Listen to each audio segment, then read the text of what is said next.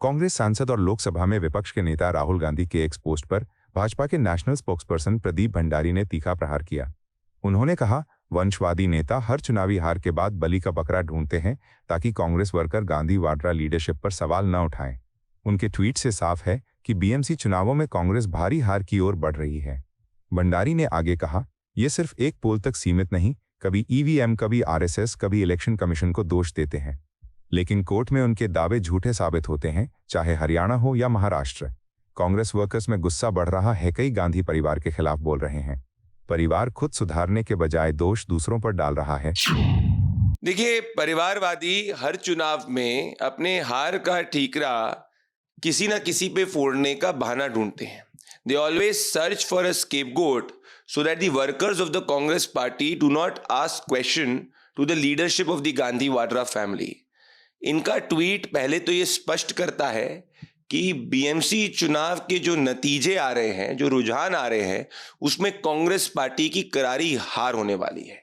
और सिर्फ ये इसी चुनाव तक सीमित नहीं है, किसी चुनाव में ईवीएम, कोई दूसरे चुनाव में एसआईआर, कभी इलेक्शन कमीशन।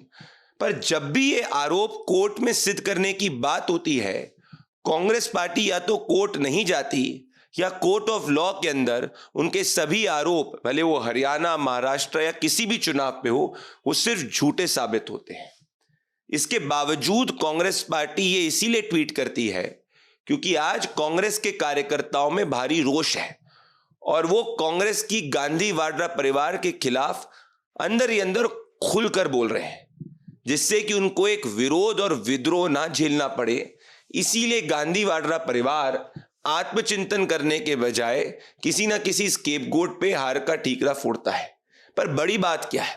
बड़ी बात यह है कि भले वो मुंबई बीएमसी चुनाव के रुझान हो गए या महाराष्ट्र इलेक्शंस हो गए, हरियाणा हो गए, दिल्ली हो गए, कोर्ट ऑफ पब्लिक ओपिनियन के अंदर राहुल गांधी की कांग्रेस पार्टी को एक एंटी नेशनल पार्टी जनता समझती है और कोर्ट ऑफ लॉ के अंदर कांग्रेस पार्टी के सभी आरोपों को झूठा समझा जाता है। So in the court of public opinion, in the court of law, the Congress party, in particular the Gandhi Vadra family, has been proven as a महाचोर and a true anti-national party. Rahul का tweet ये स्पष्ट करता है कि महाराष्ट्र और मुंबई की जनता और देश की जनता प्रधानमंत्री मोदी जी के विकास के साथ है। पश्चिम बंगाल में एसआईआर के मुद्दे पर रेल रोको प्रोटेस्ट को लेकर भाजपा सांसद लॉकेट चटर्जी ने तीखा हमला किया है। उन्होंने कहा कि राज्य में कानून व्यवस्था की स्थिति पूरी तरह कंट्रोल से बाहर हो चुकी है। चटर्जी ने कहा, मुख्यमंत्री ममता बनर्जी राज्य में सांप्रदायिक तनाव पैदा करने की कोशिश कर रही हैं। अगर वो चाहें तो इस तरह के प्रोटेस्ट को रोक सकती हैं, लेकिन इसके बजाय वो तुष्टीकरण के जरिए 30% वोटों को पोलराइज करना चाहती हैं। उन्होंने सवाल किया कि ऐसे प्रोटेस्ट करने का अधिकार किसने दिया है जिससे मरीजों और दूसरे जरूरतमंद लोगों को भारी परेशानी हो रही है। भाजपा सांसद ने आरोप लगाया कि टीएमसी सरकार जानबूझकर रेल रोको जैसे आंदोलनों को बढ़ावा दे रही है ताकि चुनावी माहौल को तनावपूर्ण बनाया जा सके। उन्होंने कहा कि राज्य की जनता को न तो रेल से जाने का अधिकार छीना जाना चाहिए और न ही मरीजों के इलाज में बाधा डाली जानी चाहिए। देखिए, माइग्रेंट लेबर को लेकर तो कोई ऐसा छोटा इशू नहीं है, ये लोग क्रिएट कर रहे हैं। एक्चुअली पश्चिम बंगाल का हालत, law and order situation out of control हो गया है और पूरा यहाँ पे आप जहाँ का बात कर रहे हैं बेलडंगा, वो तो खतरनाक एरिया है। वहीं पे ही तो मुर्शिदाबाद में ही घर घर में घुस के महिला लोगों का लूट हुआ था। महिला लोग को अलग से पुलिस नहीं लेके गया, मालदा में कैंप किया। ये जो लोग अभी एसआईआर को इश्यू बना के जो क्रिएट करने का, जो कम्युनल राइट्स बनाने का झमेला कर रहा है, इसके लिए कौन दायी है? इसके लिए रिस्पॉन्सिबल है ममता बनर्जी। अगर ममता बनर्जी चाहते हैं तो इसको रोक सकते हैं, लेकिन पूरा तुष्टीकरण का राजनीति, पूरा वोट 30% वोट इकट्ठा करने के लिए ये सब चल रहा है। और इसमें क्या है, गवर्नमेंट का भी जो प्रॉपर्टी है उसको भी ये लोग नहीं छोड़ रहा है। कितने सारा लोग वहीं से नॉर्थ बंगाल से साउथ बंगाल आ रहे, कितने सारा पेशेंट भी वहां पे है, कितने सारा लोगों का काम है, लेकिन 3 घंटे से पूरा रोक दिया है ट्रेन। कौन अधिकार दिया उसको? सुप्रीम कोर्ट द्वारा ईडी रेड में दखल देने के मामले में ममता बनर्जी सरकार को नोटिस जारी करने पर भाजपा के राष्ट्रीय महासचिव तरुण चुग ने तीखी प्रतिक्रिया दी। उन्होंने कहा कि ईडी केस में सुप्रीम कोर्ट की कड़ी फटकार उस सरकार के लिए एक तमाचा है जो भ्रष्ट और माफिया तत्वों को बचाने में लगी है। चुग ने कहा, ममता सरकार खुलेआम संवैधानिक संस्थाओं में दखल दे रही है, कानून व्यवस्था को कमजोर कर रही है और अराजकता फैला रही है। उन्होंने आरोप लगाया कि ईडी अधिकारियों से दस्तावेज छीनना एक गंभीर अपराध है और भारत के संघीय ढांचे के लिए सीधी चुनौती है। उन्होंने कहा कि कोई भी दबाव भ्रष्टाचार की जांच को नहीं रोक पाएगा। केंद्र सरकार और जांच एजेंसियां अपनी जांच में पूरी तरह दृढ़ हैं। चुघ ने चेतावनी दी कि ऐसे अवैध दखल के खिलाफ सख्त कार्रवाई की जाएगी और जो भी संविधान और कानून के खिलाफ काम करेगा उसे जवाबदेह बनाया जाएगा। ईडी मामले में सुप्रीम कोर्ट की फटकार, सत्य की जीत एवं ममता की निर्ममता वाली, भ्रष्टाचारी व माफिया को संरक्षण देने वाली सरकार के लिए एक सुप्रीम थप्पड़ जैसा है। ममता सरकार संवैधानिक संस्थाओं के काम में खुलेआम दखल दे कानून व्यवस्था को हाशिए पर धकेल सिर्फ अराजकता फैला रही है, अराजकता। ईडी अधिकारियों से दस्तावेज छीनना यह एक जघन्य कृत्य है और भारत की संघीय संरचना एवं संप्रभुता को सीधी चुनौती है। और भ्रष्टाचारी माफिया संगठनों और कोला माफिया को बचाने का ममता का घिनौना अपराध है। ममता चाहे कितने भी दबाव क्यों ना आप बना लें, अब लूट खसूट भ्रष्टाचार करने वालों की जांच रुकेगी नहीं, कठोर कार्रवाई होके रहेगी। इंदौर के भागीरथपुरा में सीवेज से दूषित पानी के कारण हुई मौतों के मामले में कांग्रेस नेता राहुल गांधी के दौरे पर मध्य प्रदेश विधानसभा में विपक्ष के नेता उमंग सिंघार ने प्रतिक्रिया दी। सिंघार ने कहा कि राहुल गांधी कल इंदौर आ रहे हैं और पीड़ित परिवारों से मुलाकात करेंगे। उन्होंने कहा, भाजपा इसे राजनीति कह रही है, लेकिन जब किसी परिवार को दुखद नुकसान होता है तो क्या किसी को उनका दर्द समझने नहीं आना चाहिए? सिंघार ने कहा कि ये साफ तौर पर प्रशासनिक व्यवस्था की नाकामी है जिसे राहुल गांधी ने गंभीरता से लिया है। उन्होंने बताया कि राहुल गांधी प्रभावित परिवारों से मिलकर ये समझना चाहते हैं कि ये घटना क्यों हुई और किसकी लापरवाही से लोगों की जान गई। सिंघार ने कहा कि इंदौर के कई इलाकों में दूषित पानी की समस्या लंबे समय से बनी हुई है। उन्होंने कहा कि राहुल गांधी का दौरा सिर्फ दुख व्यक्त करने तक सीमित नहीं है, बल्कि इन समस्याओं को दूर करने और पीड़ित परिवारों को न्याय दिलाने पर फोकस करता है।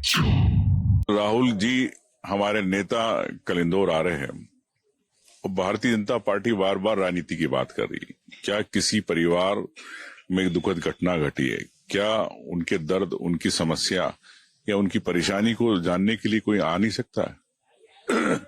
मैं समझता हूं कि ये एक सिस्टम का फेल्यूर है और राहुल गांधी जी ने इसको बड़ी गंभीरता से लिया है और समझना चाहते हैं, उस परिवार के साथ मिलने कि इस प्रकार की घटना हुई तो क्यों हुई। निश्चित तौर से एक सिस्टम का फेल्यूर है और इंदौर में कई जगह प्रदूषित पानी ये स्थिति है। इसी को लेके माननीय राहुल गांधी जी का दौरा है कि कैसे इन समस्याओं से दूर हो और हम उन परिवारों के प्रति न्याय का और उनका अधिकार के लिए किस प्रकार से हम उनके लिए आगे आए, ये प्रयास है कांग्रेस पार्टी का। उत्तर प्रदेश के मुख्यमंत्री योगी आदित्यनाथ ने गोरखपुर में पूर्वी क्षेत्र अंतर विश्वविद्यालय महिला बास्केटबॉल टूर्नामेंट का औपचारिक उद्घाटन किया। मुख्यमंत्री योगी आदित्यनाथ ने उद्घाटन समारोह में छात्राओं को खेलों के माध्यम से देश के लिए नाम कमाने का आह्वान किया। उन्होंने कहा कि युवा प्रतिभाओं को पहचानने और उन्हें बेहतर सुविधाएं देने के लिए राज्य सरकार लगातार काम कर रही है। सीएम ने विश्वविद्यालयों से आह्वान किया कि वे खेलों को बढ़ावा दें और छात्र छात्राओं को खेल प्रतिभा विकसित करने का मौका दें। उन्होंने कहा कि खेल न केवल शारीरिक फिटनेस बढ़ाते हैं बल्कि अनुशासन और टीम भावना भी सिखाते हैं। Zone university basketball women tournament के आज के इस उद्घाटन कार्यक्रम के अवसर पर पूर्वी जोन से जुड़े हुए 14 राज्यों के सभी प्रतिभागी टीमों का, उनके मैनेजर और कोचेज का बाबा गोरखनाथ की इस पावन धरा पर उत्तर प्रदेश में आगमन पर हृदय से मैं स्वागत करता हूं। आप सभी का मैं हृदय से अभिनंदन करता हूं। मैं धन्यवाद देता हूं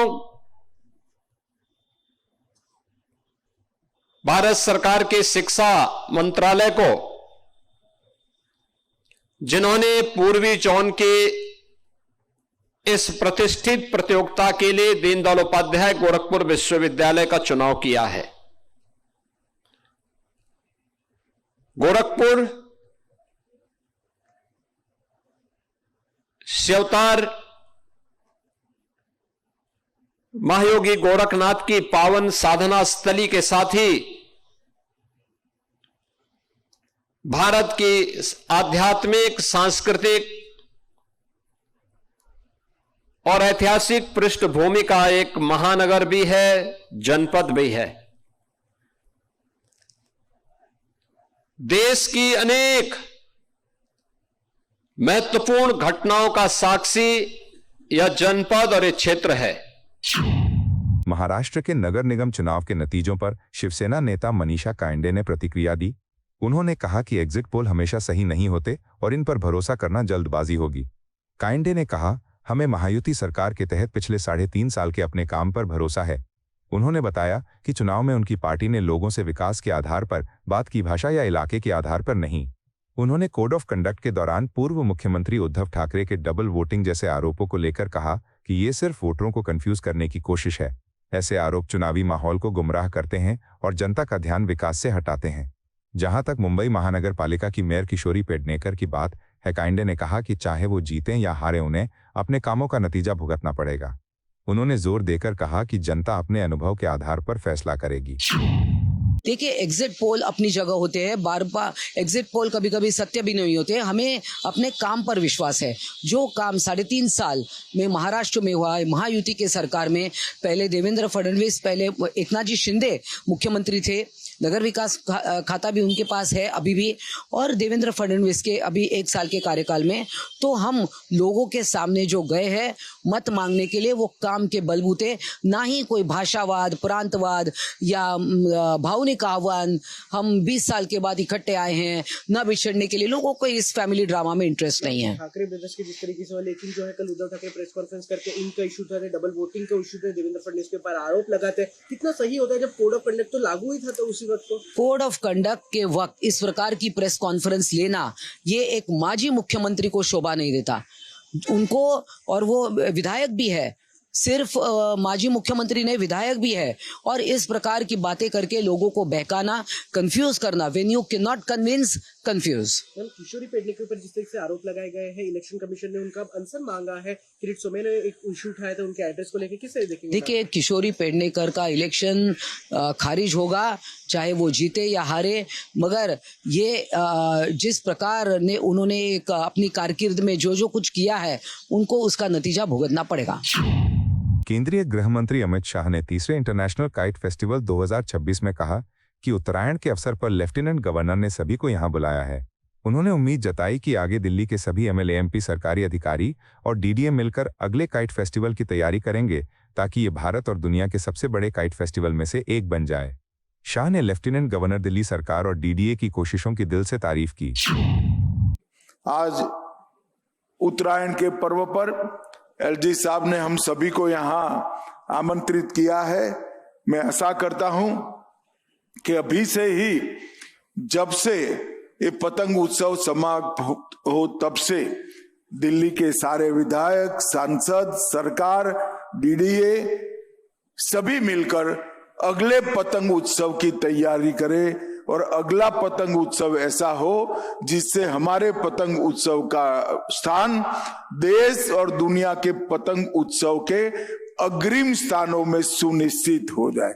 मैं फिर से एक बार एलजी साहब का, दिल्ली सरकार का और डीडीए के इस प्रयास की भरसक प्रशंसा करता हूं और आशा करता हूं कि आने वाले दिनों में ये उत्सव, ये महोत्सव और ऊंचाइयों को प्राप्त करेगा।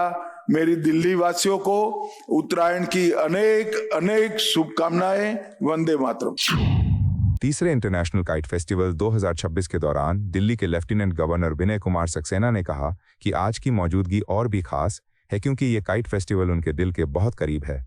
उन्होंने प्रधानमंत्री का जिक्र करते हुए कहा कि पतंग उड़ाने के लिए उनका प्यार और जोश सभी जानते हैं। सक्सेना ने बताया कि जब उन्होंने गृह मंत्री अमित शाह से इस फेस्टिवल में आकर उद्घाटन करने का अनुरोध किया तो उन्होंने तुरंत हामी भर दी। उन्होंने कहा कि पतंग उड़ाना भारत की सबसे पुरानी परंपराओं में से एक है और कला का एक रूप है। लेफ्टिनेंट गवर्नर ने कहा कि ये त्योहार देश के मौसमी त्योहारों में से एक है और सूरज के उत्तरायण होने का प्रतीक है जो भारत में सबसे पहले पूर्वी इलाकों में उगता है। आज आपकी उपस्थिति और भी विशेष हो जाती है क्योंकि आज का कार्यक्रम पतंग महोत्सव है जो आपके दिल के बहुत बेहद करीब है। पतंगबाजी के प्रति माननीय प्रधानमंत्री जी और आपके प्रेम और उत्साह से हम सभी परिचित हैं और जब मैंने माननीय गृह मंत्री जी को इस पतंग महोत्सव में पधारने और उद्घाटन करने का अनुरोध किया तो उन्होंने इसे सहर्ष स्वीकृति दे दी। साथियों, पतंगबाजी देश की एक सदियों पुरानी परंपरा और एक कला है जो प्रकृति के इन पर्वों पर अभिन्न हिस्सा बनी हुई है। यह पर्व सूर्य के उत्तरायण का पर्व है। हमारे देश में सूर्योदय सबसे पहले पूर्वोत्तर में होता है। उस पूर्वोत्तर की भूमि का बांसेरा से गहरा संबंध है क्योंकि यहाँ लगाई गई 30,000 से अधिक बांस की विभिन्न प्रजातियां पूर्वोत्तर के राज्यों से ही लाई गई हैं। उस मिट्टी की सुगंध हमें यहाँ महसूस होती है। गृह मंत्री जी, मैं आपको बताना चाहूंगा कि बांसेरा में डीडीए द्वारा आयोजित किए जाने वाले अंतर्राष्ट्रीय पतंग महोत्सव का यह 3रा वर्ष है। पिछले 2 वर्षों में देश विदेश के कई पतंगबाजों के साथ साथ हजारों दिल्ली वासियों ने इसमें हिस्सा लिया था। मुझे पूरा विश्वास है कि इस वर्ष भी इस पतंग महोत्सव में लोग बढ़ चढ़कर भागीदारी लेंगे। दिल्ली में इस तरह के कार्यक्रम पहले आधिकारिक रूप से नहीं हुआ करते थे। मुझे खुशी है कि डीडीए हमारे इस ट्रेडिशन और कल्चर को आगे बढ़ाने का भी माध्यम बना है, जिसके लिए मैं डीडीए की पूरी टीम को बधाई देता हूं। तीसरे इंटरनेशनल काइट फेस्टिवल 2026 में दिल्ली की मुख्यमंत्री रेखा गुप्ता ने कहा कि आज का मौका सचमुच सभी को भारतीय संस्कृति और परंपराओं से जोड़ता है। उन्होंने कहा कि दिल्ली के लिए काइट फेस्टिवल इस रूप में नया है, लेकिन शहर का हर बच्चा अपनी गली, घर या छत पर पतंग उड़ाते हुए बड़ा हुआ है। मुख्यमंत्री ने कहा कि ये त्योहार उन प्यारी यादों को फिर से जिंदा करता है और सहेजता है जो बचपन से जुड़ी होती हैं। उन्होंने बताया कि पतंग उड़ाना सिर्फ खेल नहीं बल्कि एक ऐसी परंपरा है जो पीढ़ियों से चली आ रही है। रेखा गुप्ता ने इस इवेंट के आयोजकों, कलाकारों और शहर के लोगों के प्रयासों की सराहना की। उन्होंने कहा कि ऐसे आयोजन दिल्ली की सांस्कृतिक छवि को मजबूत करते हैं। अंत में उन्होंने इस काइट फेस्टिवल के लिए दिल से बधाई और शुभकामनाएं दी। आज का ये अवसर सच में हम सबको अपनी भारतीय संस्कृति से, परंपराओं से जोड़ने वाला है। पतंग उत्सव दिल्ली के लिए इस स्वरूप में नया जरूर है, परंतु अपनी गली से, अपने घर से, अपनी छत से पतंग उड़ाने का अनुभव बचपन से ही दिल्ली का हर बालक लेता है और उन्हीं यादों को फिर से संजोने का, सहेजने का काम ये पतंग उत्सव कर रहा है। मेरी ओर से ढेर सारी बधाई, शुभकामनाएं इस कार्यक्रम के लिए और धन्यवाद एलजी महोदय को जो उन्होंने इतना सुंदर उत्सव हम सब के लिए, पूरी दिल्ली के लिए रखा। आपको यह वीडियो पसंद आया हो तो इसे लाइक करें, हमारे चैनल को सब्सक्राइब करें।